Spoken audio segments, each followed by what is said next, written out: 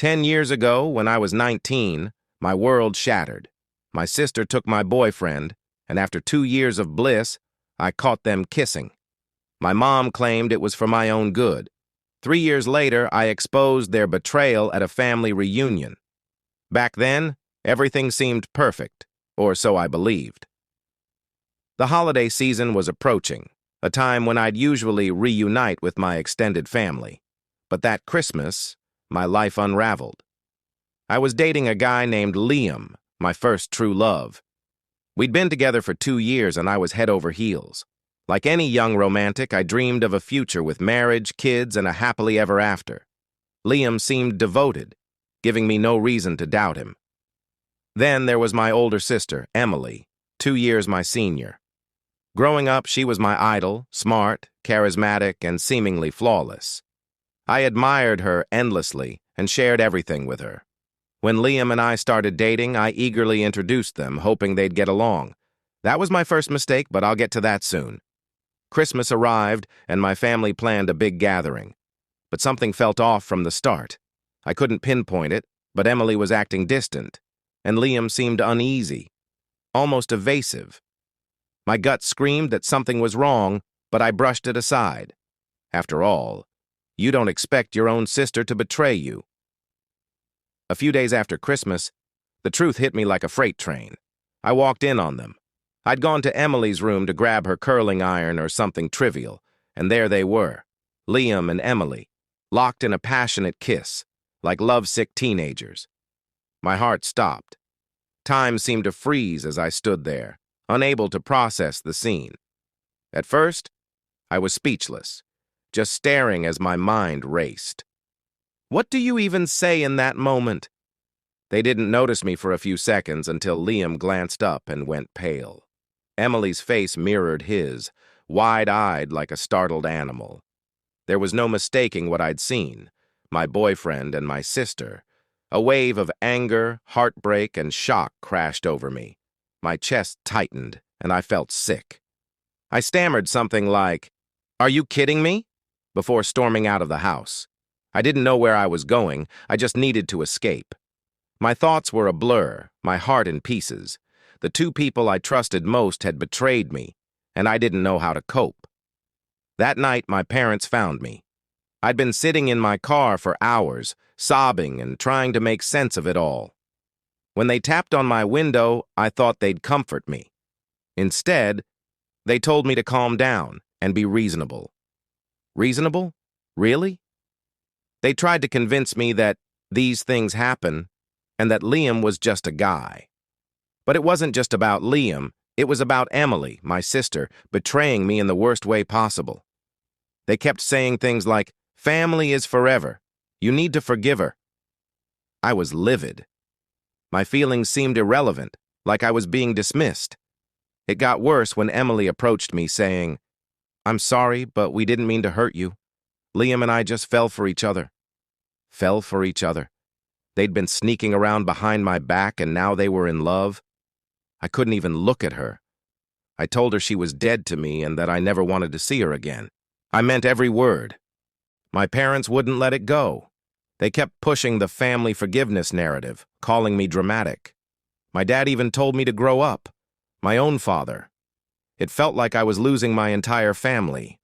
My boyfriend, my sister, and now my parents. They all seemed to side with her. I felt utterly alone. For months, I spiraled. I was depressed, numb, and barely functioning. I'd go to work, come home, and collapse in bed, crying until I had no tears left. My best friend, Jade, was my only lifeline. She made sure I ate and got out of bed, but even her support wasn't enough to pull me out of the darkness. I started to believe I was worthless, that maybe they were right and I was overreacting. One night, the pain became unbearable. I couldn't see a way out and thought ending it was the only solution. I wrote a long note detailing everything, Emily, Liam, and how my family's betrayal crushed me. I scheduled it to post on Tumblr after I was gone, then took a handful of pills, lay down, and waited for it to end. But Jade, my incredible friend, found me. She called 911 and they got to me just in time. I woke up in the hospital, groggy and confused, but alive. They placed me on suicide watch, which, in hindsight, was exactly what I needed. I had to get away from the people who'd hurt me. My grandparents were the only ones who visited me in the hospital, not my parents or Emily. They didn't pressure me to forgive anyone. They just listened and let me be. They saved me in more ways than I can count. After my discharge, my grandparents took me in. I cut off all contact with my parents and Emily, blocking them on every platform, Facebook, Instagram, my phone. I was done. They hadn't cared when I needed them, so why should I care now? As I tried to heal, Jade was out there fighting for me. I didn't know it at the time, but she was planning her own form of justice. One day, she texted me, "I did something. Don't be mad, but you'll like it." I was confused and asked what she meant. She replied, "I shared your note, the one from Tumblr. I made sure everyone saw it."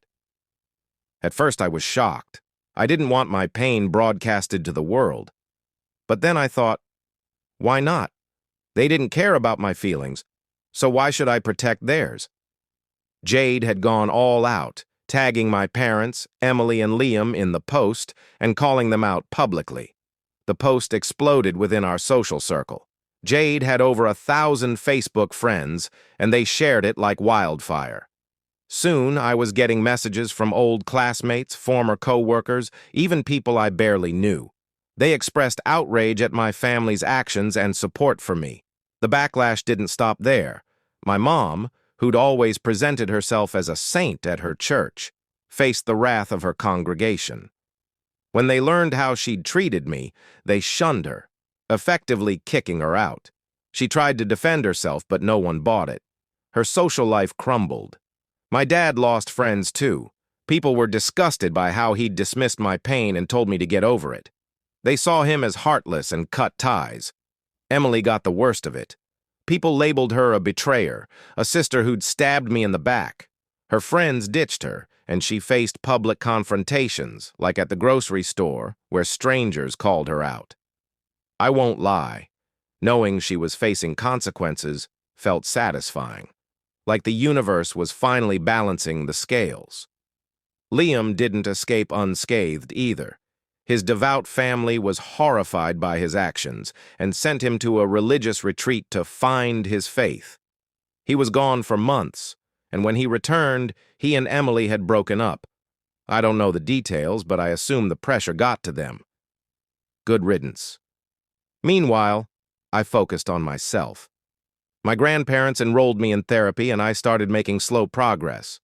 Hearing about my family's downfall felt like justice, even if I told myself I didn't care. My grandmother once told me my mom had called wanting to talk. I rolled my eyes. Why now? My grandmother just nodded and said, "I thought you should know." I considered it briefly, but decided against it. My mom had made her choices, and I wasn't about to let her back in. Emily tried messaging me on Instagram. I'd forgotten to block her there, apologizing and claiming she never meant to hurt me. I deleted it without reading the whole thing and blocked her. She was still dead to me. Eventually, the frenzy around Jade's post died down. My parents became social pariahs. Emily moved away to escape the judgment, and Liam vanished from my life. Living with my grandparents was a blessing. They gave me space to heal without forcing forgiveness. I started feeling like myself again, building a life that was mine. The pain of my family's betrayal would always linger, like a faint scar. But I didn't need them. I had my grandparents and Jade, my true family. Update 1. Life didn't magically return to normal after the chaos settled. I was living with my grandparents, which was the best thing that could have happened. But the weight of my family's betrayal still hung over me. Healing from that kind of hurt doesn't happen overnight. Therapy helped a lot. Not a cure-all, but it gave me tools to manage my anger and sadness. Even though I'd cut off my parents and Emily, they still crept into my thoughts. I'd wonder, how could they do this? Why did they choose her over me? It was hard to shake, even when I didn't want to care. I threw myself into rebuilding my life. New job, new friends, part-time college courses, anything to stay busy and avoid facing my feelings. But you can't outrun pain. One night, scrolling through Instagram, I saw a post from a cousin I hadn't spoken to since the fallout. Curiosity got the better of me, and I clicked. It was a photo from a family reunion, everyone smiling and laughing, without me. I wouldn't have gone even if they'd invited me, but seeing that picture hit hard. It was like I'd been erased from their lives. They'd moved on as if I didn't matter. I vented to Jade the next day, and she said, "Forget them. You're better off without those people. You've got your own life now." She was right, but it still hurt. I didn't want to be part of their world, but knowing they'd excluded me so easily stung. Things got stranger when my dad called out of the blue. The same dad who told me to grow up and forgive Emily. I let it go to voicemail. When I listened, he was pleading, saying they missed me and wanted to make things right. For a moment, I considered calling back, but then I remembered their gaslighting and guilt-tripping. I couldn't go through that again, so I blocked his number. My mom emailed me a long, vague apology, saying she was sorry I was hurt and that family needed to stick together. It felt hollow, like she was dodging responsibility. I forwarded it to my therapist and deleted it. Engaging with them would pull me back into their toxic cycle, and I was finally building something better. Cutting them out was freeing. No more worrying about their opinions or bending over backward to please them. Life wasn't perfect, but it was mine. Then, something threw me off balance. I was at the grocery store when I ran into Emily. I hadn't seen her in over a year and wasn't prepared. We locked eyes in the produce aisle, both frozen. I wanted to walk away, but she rushed over, talking fast, tears streaming down her face. She said she regretted everything, missed me, and that her life had fallen apart since I cut her off. She looked broken, and for a split second I felt pity. But her apologies didn't erase the pain. She kept saying, "I'm sorry," but it was too late. I finally said, "I don't hate you, but I don't want you in my life." Then I walked away. She didn't follow. I thought seeing her would make me angry, but it didn't. It showed me how far I'd come. Emily and my parents no longer had power over me. I was done with them for good. That encounter gave me closure I didn't know I needed. I stopped dwelling on my family and focused on my life. It's not perfect, but it's mine and I'm in control. I have my grandparents and friends, my real family. If my family wants to make amends, that's their burden. They're no longer part of my story, and I'm okay with that. Update 2. After walking away from Emily at the grocery store, I thought I'd closed the book on my family drama. I was moving forward, focusing on myself and rarely thinking about them. A small victory. But life has a way of pulling you back. One Friday night, I was chilling with Jade, watching Netflix and eating takeout, when I got a call from an unknown number. Normally, I'd ignore it, but something told me to answer. It was Liam, my ex. I hadn't heard from him in years, not since his family sent him to that religious retreat after the Emily mess. I was stunned and snapped, "What do you want?" He hesitated, then said he needed to talk, that it was important. He sounded desperate, apologizing for everything and saying his life was a wreck. For a moment I felt bad, but then I remembered the pain he caused. I told him, "I've moved on. Your regrets are your problem, not mine." I was about to hang up when he said, "It's not just about me and Emily. There's something you don't know." That stopped me cold. I asked what he meant, and he said, "Your family betrayed you more than you think." I didn't want to believe him, thought he was stirring up drama, but his tone felt genuine. Against my better judgment, I agreed to meet him the next day, driven by curiosity or maybe a need for closure. At the coffee shop, Liam looked rough, thin, tired, like life had beaten him down. We sat in awkward silence until I pressed him to spill.